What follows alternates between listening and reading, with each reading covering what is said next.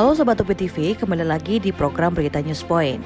Program berita seputar Universitas Brawijaya, Malang Raya, dan informasi menarik di sekitar kita. News Point Highlight akan menyajikan rangkuman berita sepekan yang telah dipilih oleh tim redaksi untuk menemani akhir pekan pemirsa UB TV. Selamat menyaksikan dan inilah News Point Highlight hari ini yang akan dimulai dengan berita Kabupaten Mamasa ajak UB percepat pembangunan SDM.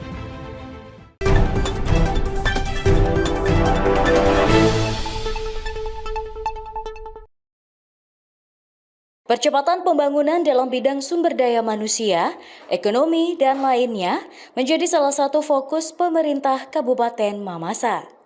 Untuk itu, Pemkab Mamasa aktif menjalin komunikasi dengan berbagai pihak, salah satunya dengan UB melalui kerjasama. Asisten Bidang Pembangunan Ekonomi Dr. Randus Immanuel mengatakan, pihaknya menjalin kerjasama dengan UB untuk mempercepat pembangunan. Pemerintah Kabupaten Mamasa datang di sini dalam rangka membangun komunikasi, penjajakan untuk kerjasama, terutama bagaimana Universitas Brawijaya Malang ini membantu pemerintah Kabupaten Mamasa. Kami di Sulawesi Barat, salah satu kabupaten yang masih tertinggal lah begitu. Ya. Karena itu Pak Sekretaris Universitas tadi bilang ada potensi yang bisa dikembangkan, kemudian ada permasalahan-permasalahan yang kami hadapi di sana dalam beberapa bidang, terutama bidang kesehatan, pembangunan pertanian. Itulah yang kami bangun komunikasi. Mudah-mudahan dari Universitas Brawijaya Malang melalui kerjasama ini, melalui pengabdian kepada masyarakat bisa membantu Kabupaten Mamasa. Kemudian dalam bidang pendidikan, bagaimana ke depan. Ini sudah mulai sih anak-anak kami, ternyata ada beberapa orang yang kuliah di sini. Mudah-mudahan ke depan bisa dikembangkan lagi dalam skala yang lebih besar, yang mungkin pola kerjasamanya lebih intens lagi. Melalui kerjasama ini, Pemkab Mamasa berharap UB dapat melakukan berbagai kegiatan dalam bidang riset, pengabdian masyarakat, dan lainnya. Saat ini di UB juga terdapat beberapa mahasiswa dari Mamasa yang sedang menempuh perkuliahan. Tawaran kerjasama dari pemerintah Kabupaten Mamasa disambut baik oleh Universitas Brawijaya. Sebagai perguruan tinggi unggulan di Indonesia, UB senantiasa terbuka dan siap mendukung kemajuan berbagai daerah di tanah air. Sekretaris Universitas Brawijaya, Dr. Triwahyu Nugroho mengaku, UB siap untuk mengembangkan beberapa sektor seperti pertanian, kesehatan, dan juga pendidikan. UB memiliki pakar yang sesuai dengan kebutuhan Pemkab Mamasa. Ini sebuah kehormatan juga buat Universitas Brawijaya ya, dari Mamasa untuk menjalin kerjasama dengan Universitas Brawijaya. Latar belakangnya tadi itu awalnya dari Dispora ya, Dispora. Kemudian ada potensi apa akhirnya berkembang. Ya, dari pembicaraan tadi bisa berkembang karena memang selama ini kita belum memiliki kerjasama dengan Kabupaten Mamasa. Dan ini potensi sebenarnya kita dengan banyaknya fakultas yang ada untuk dijalin kerjasama dengan pihak Kabupaten Mamasa. Kemungkinan mungkin ruang lingkup atau peluang kerjasama apa saja yang bisa dilakukan? Tadi pertama disampaikan bahwa masalah kesehatan gitu ya, masalah kesehatan juga menjadi masalah. Kemudian pertanian juga punya potensi besar di sana karena dataran tinggi hampir sama dengan Malang gitu. Dataran tinggi di sana potensi kopi, hortikultura dan sebagainya. Nah ini kita juga kan punya expert juga para ahli yang di bidang pertanian. Kalau memungkinkan adakan riset atau pengabdian masyarakat di sana, saya kira cocok untuk dikembangkan seperti itu. Saat ini, Universitas Brawijaya memiliki berbagai program pengabdian unggulan seperti dosen berkarya, dokter mengabdi, mahasiswa membangun desa, dan lainnya yang dapat disinergikan dengan berbagai pemerintah daerah.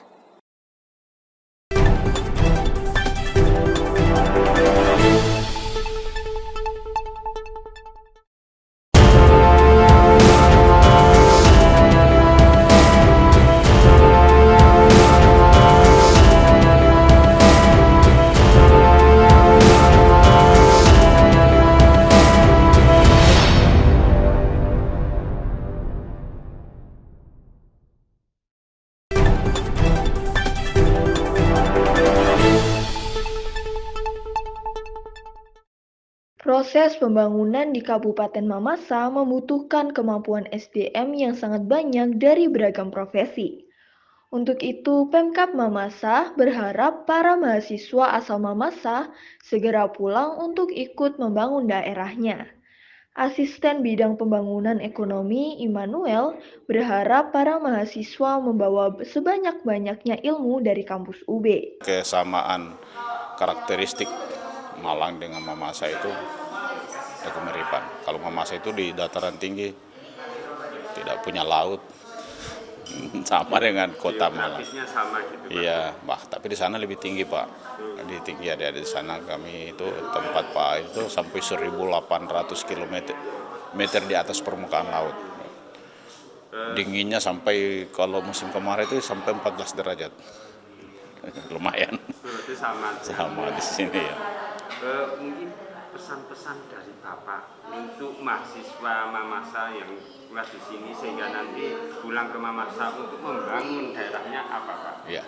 Nah, kita harapkan tadi juga sudah disampaikan anak-anak di sini yang sudah diterima, terima kasih dan mudah-mudahan mereka bisa mengikuti perkuliahan dengan baik ya.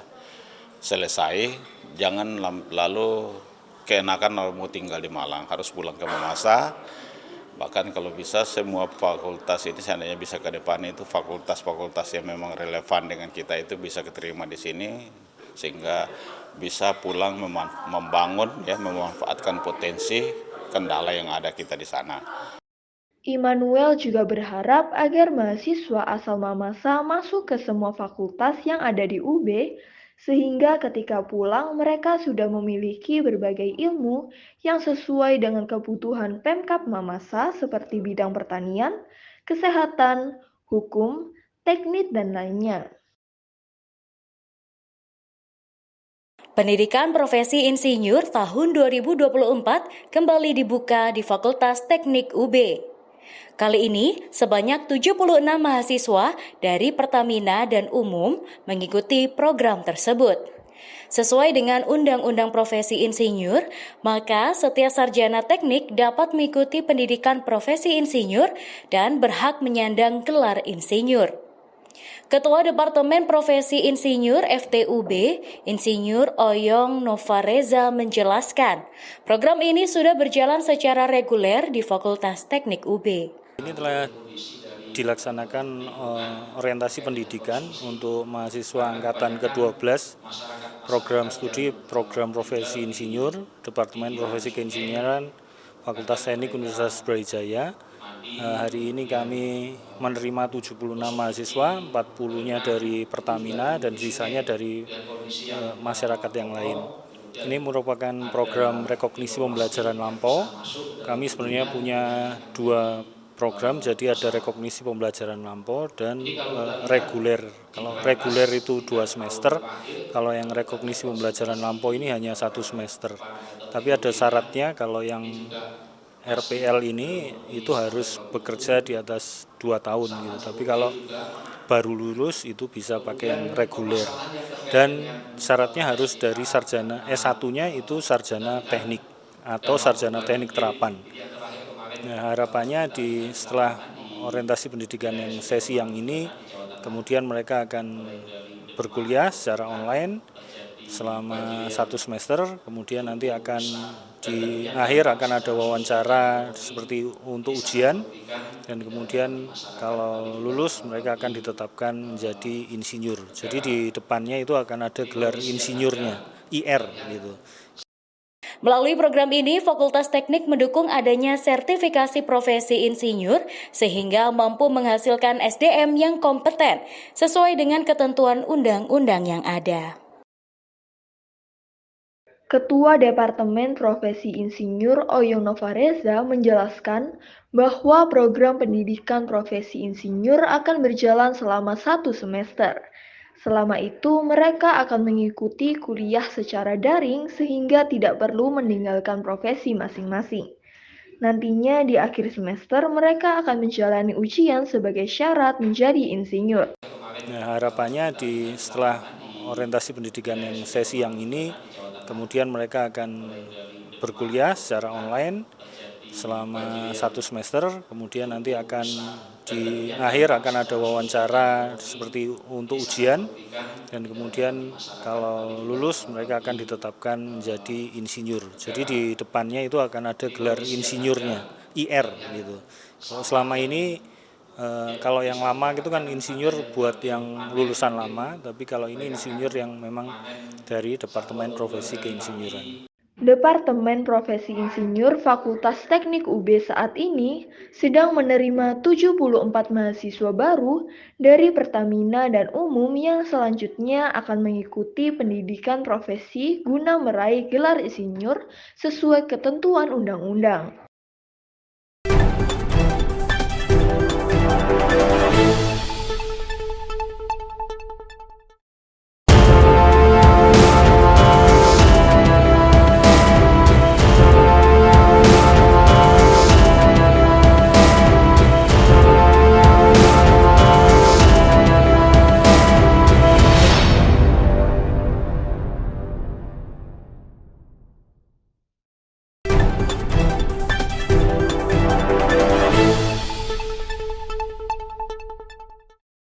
Peralatan laboratorium dan hewan coba di Fakultas Kedokteran UB merupakan sarana pendukung yang penting bagi perkuliahan.